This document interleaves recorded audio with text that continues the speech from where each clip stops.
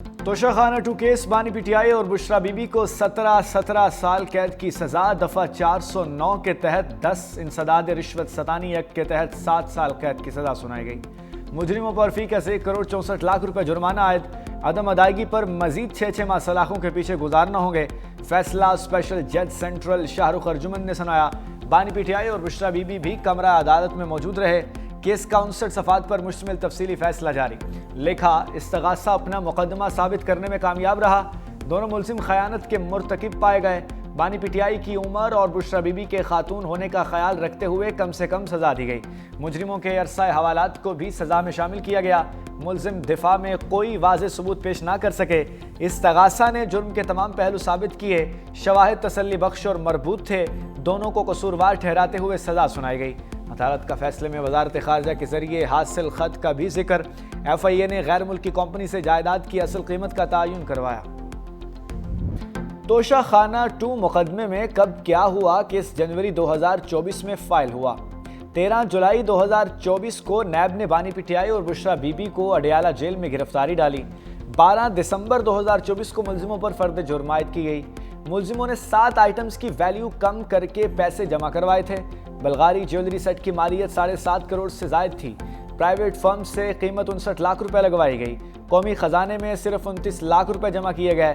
Jewellery set میں necklace, bracelet, انگوٹھی، بالیاں شامل۔ توشہ خانہ 2 کیس کا ٹرائل 1 سال اڈیالہ جیل میں چلا۔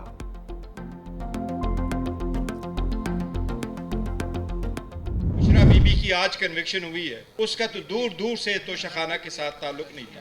اس نے ٹیکس نہیں دیا، اس نے گفٹ نہیں لیا، اس نے گفٹ دیا نہیں ہے، اس کا نام نہیں تھا۔ اس کی تو ہمیں توقع نہیں تھی۔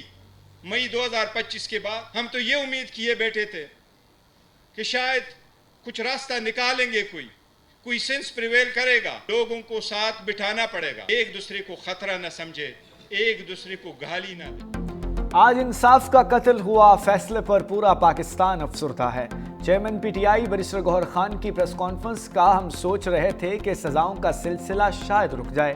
ہم اچھی امید کے ساتھ نئے سال میں داخل ہوں، بدقسمتی سے کچھ لوگ ہمارا راستہ روک رہے ہیں۔ ایسے فیصلوں سے ملک میں انتشار مزید بڑھے گا۔ سلمان اکرم راجہ نے کہا، عدالت گئے، سماعت تھی، تاہم کیس کا فیصلہ آ گیا جس کی توقع نہیں تھی۔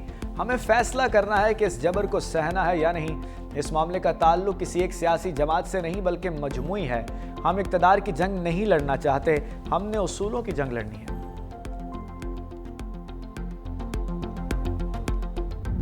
صاحب کتنے لیکچر دیتے رہے، لوگوں کو چور کہتے رہے، ڈاکو کہتے رہے، اور کرپشن کے خلاف انہوں نے اتنی جو ہے وہ بات کی، لیکن خود کیا کرتے رہے یہ آپ کے سامنے ہے۔ یہ تحفے جو ہیں یہ اسٹیٹ کے تحفے ہیں، یہ کسی شخص کے نہیں ہوتے۔ آپ نے اس کو حاصل کیا ہے، وہ دبئی سے برآمد ہو رہا ہے، امانت میں خیانت ہوئی ہے، اور وہ جرم جو ہے وہ یہ سارا کیس ڈاکومنٹڈ ہے۔ رانا ثناء اللہ کا بانی پی ٹی آئی کے خلاف مزید فیصلے آنے کا اشارہ، کہا بانی کے خلاف کئی فیصلے مزید آئیں گے۔ توشہ خانہ کیس میں انصاف کے تقاضے پورے کیے گئے، تحفے ملنے کے بعد جعلی انٹریاں کی گئی، پیسے جمع کرانے تک ہر چیز کی دستاویزات ہیں، انکار ممکن نہیں۔ دوسروں کو چور ڈاکو کہنے والے خود ڈاکوے ڈالتے ہیں۔ عطاء اللہ تارڑ کے بانی پی ٹی آئی پر لفظی حملے کا فیصلہ انصاف پر مبنی ہے، فراڈ کر کے تحفوں کی قیمت لگوائی گئی، تحائف اپنی ذات کے لیے رکھ لیے گئے، ریاست کو کروڑوں روپے کا نقصان ہوا۔ قوم نے دیکھا کس طرح فراڈ کے ذریعے مال بنایا گیا۔ وزیر اطلاعات پنجاب عظمہ بخاری نے کہا، فیصلہ آنکھیں کھول دینے کے لیے کافی ہے۔ بانی پی ٹی آئی نے اقتدار میں آ کر ہیروں کا کاروبار کیا۔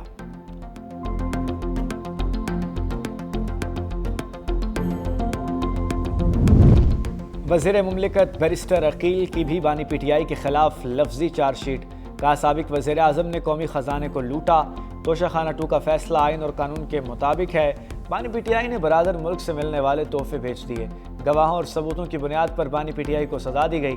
وزیر مملکت طلال چودھری نے بنی گالا کو منی گالا قرار دے دیا، کہا کوئی شک نہیں، چند روپے دے کر ہار خود رکھا گیا۔ اختیار استعمال کرتے ہوئے مہنگی چیز سستی کر کے لینا چوری کے زمرے میں آتا ہے۔ وفاقی وزیر صحت مصطفیٰ کمال کہتے ہیں کہ توشہ خانہ 2 اوپن اینڈ شٹ کیس ہے۔ بانی پی ٹی آئی نے دوسروں کو چور اور ڈاکو کا نعرہ لگایا، خود ان کے گھر میں کیا ہو رہا تھا انہیں سب علم تھا۔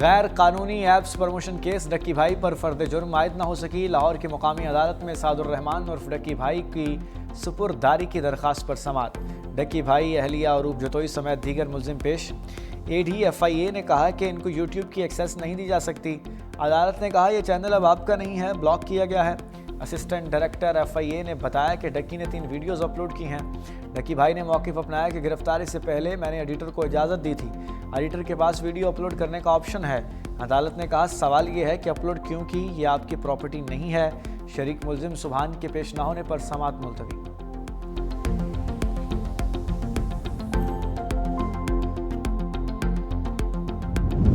اسرائیل کی غزہ میں جنگ بندی کی خلاف ورزیاں، حملوں میں مزید 6 فلسطینی شہید، بچوں سمیت متعدد افراد زخمی۔ دوسری جانب اسرائیلی فوجیوں کے مغربی کنارے میں چھاپے بھی جاری، متعدد نوجوانوں کو گرفتار کر لیا۔